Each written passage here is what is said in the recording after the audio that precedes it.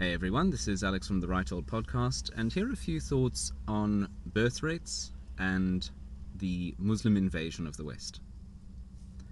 A few years ago I read a book whose main premise was as follows. Although the birth rates of Muslims in the West, where they have access to social welfare, that is, your money, is very high, and traditionally was very high in the Middle East, actually, the recorded birth rates of the last 20 years suggest that there's been a very sharp drop in fertility levels. That is, Muslims in the Muslim world are having far fewer children. People born in the 80s would have been born to something like 5 or 6 siblings, but those same people today have something like 2 children, if that. So what does that mean?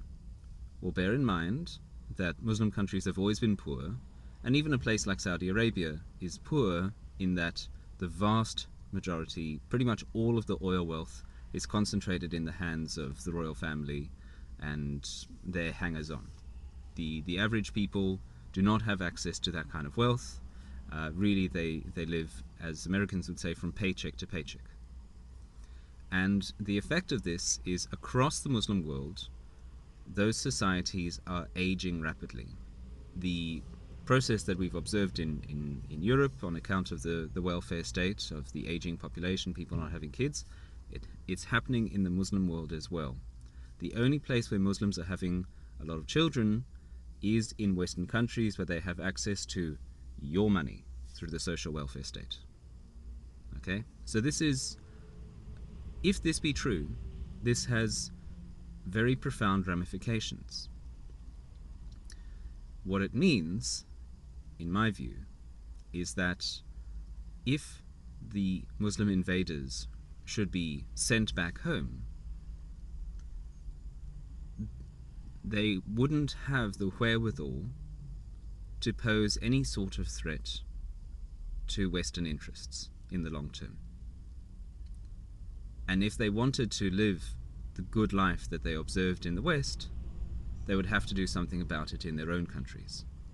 Whether they can is another question, given the extremely low average IQ of people from those countries and the incredibly long time that they've been marrying their cousins. So there are doubts.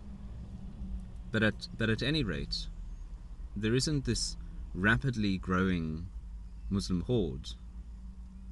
The young people coming out of the Middle East today are really the last generation in the Middle East overall to have many, many siblings. The next generation will be the next generation, the young ones growing up today, for the most part, will have very, very few siblings, if any at all. So make of that what you will. Feel free to comment down below, hit us up on Google+, check out the rest of our videos, make a video response, favorite if you really want to. Thanks for watching, and this is the Right Old Podcast.